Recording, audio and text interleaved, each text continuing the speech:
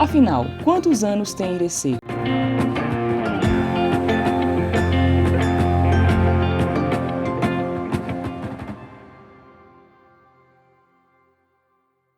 Ano passado, Irecê comemorou 86 anos. Esse ano faz 94. Como é que pode isso? Isso porque entre 97 e 2019, Irecê comemorava na data errada, confundindo restauração com emancipação.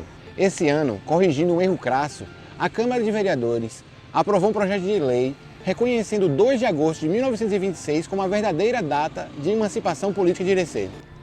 Então, a idade correta é 94 anos. Como era Irecê antes de 1926? Antes de ser cidade e antes mesmo de se chamar Irecê, aqui era uma vila, de nome Caraíbas, que pertencia a Morro do Chapéu, mas sempre foi uma vila muito forte e influente.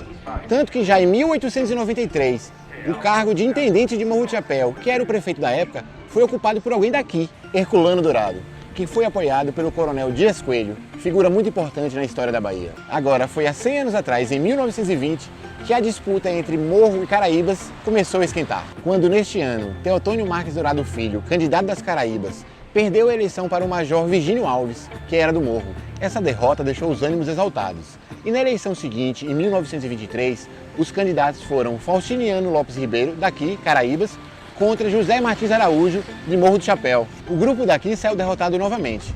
Então Teotônio, que apesar de ter perdido as eleições anteriores para intendente, se elegeu presidente do Conselho Municipal e conseguiu, junto ao Senado Estadual, anular as eleições. Com isso, Faustiniano tomou posse em 1924. Em 1925 foi reeleito, mas aí era a vez do outro lado questionar o resultado das eleições. O impasse foi tão sério que se falava em conflito armado, com a participação da Polícia Militar, liderada pelo coronel Terêncio Dourado, que era aliado de Teotônio e do Grupo das Caraíbas. Então, como se vê, mesmo antes da emancipação política, Irecê ou Caraíbas disputava poder com a sede. E já tinha muita treta por aqui. E como se resolveu essa disputa entre a sede do Morro do Chapéu e a Vila Caraíbas?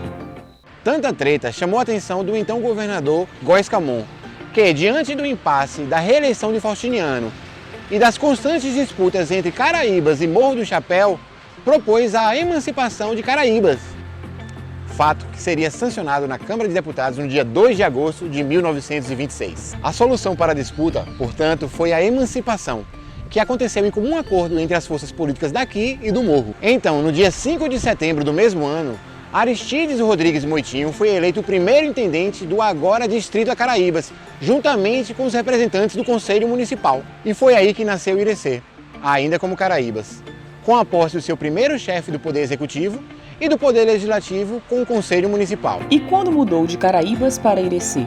Ainda em 26, o coronel Terêncio Dourado pediu a seu amigo Teodoro Sampaio que sugerisse o nome para o novo distrito. Daí surgiu Irecê. Palavra de origem indígena, que quer dizer pela água, à tona d'água, à mercê da corrente. E como ficou a política de Irecê depois da emancipação?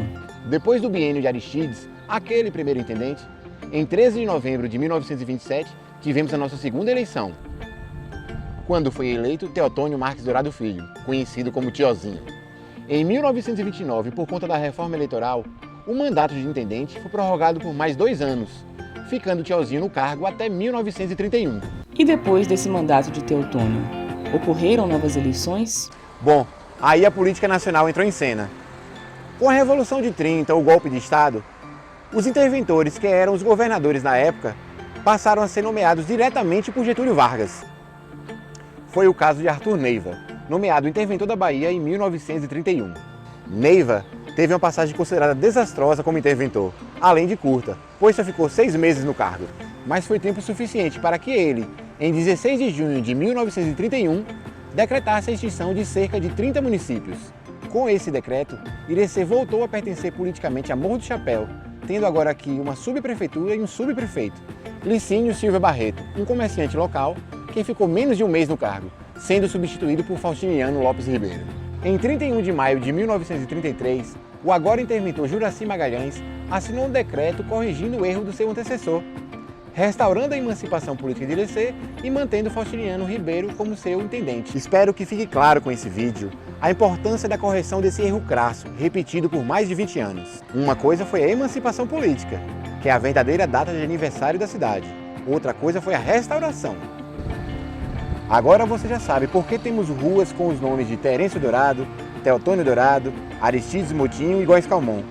Todos figuras decisivas para a emancipação política de Irecê e que eram ignoradas quando se levava em conta apenas a data da restauração. Hoje, comemorando na data oficial, posso dizer: parabéns, Irecê, pelos seus 94 anos.